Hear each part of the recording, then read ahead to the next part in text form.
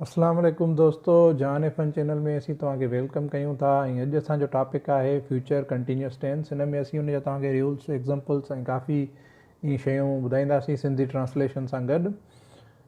A tense which denotes that some action will be going on in future and the action or event will not be over in coming time, it is called future continuous tense.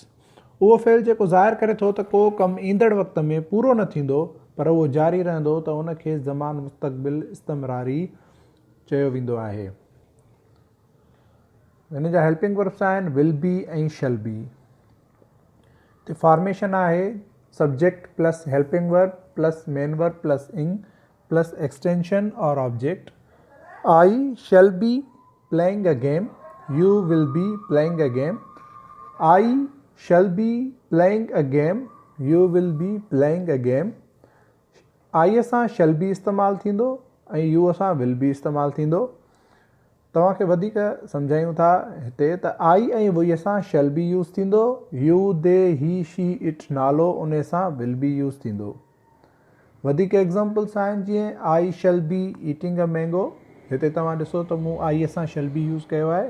I shall not be eating a mango, shall I be eating a mango? Shall I not be eating a mango?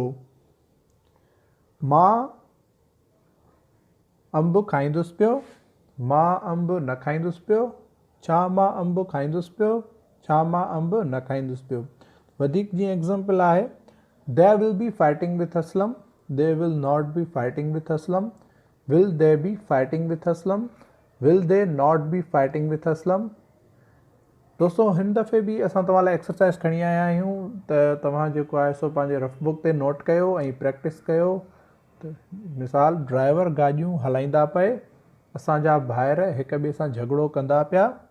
उस्ताद मुनासिब पढ़ाईंदा पए, छोकिरियूं घणो ॻाल्हाईंदियूं पए, असांजा माइट असां ॾांहुं ईंदा पए।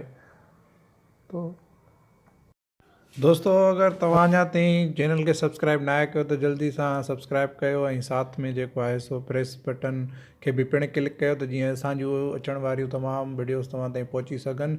ऐं उन सां गॾोगॾु असांजी वीडियो खे लाइक कयो, कमेंट कयो ऐं दोस्तनि सां शेयर कयो त असांजी हौसला अफ़ज़ाई थींदी रहे ऐं असां तव्हां लाइ रोज़ु नयूं वीडियोस ठाहींदा रहूं ऐं तव्हां ॾांहुं मोकिलींदा रहूं।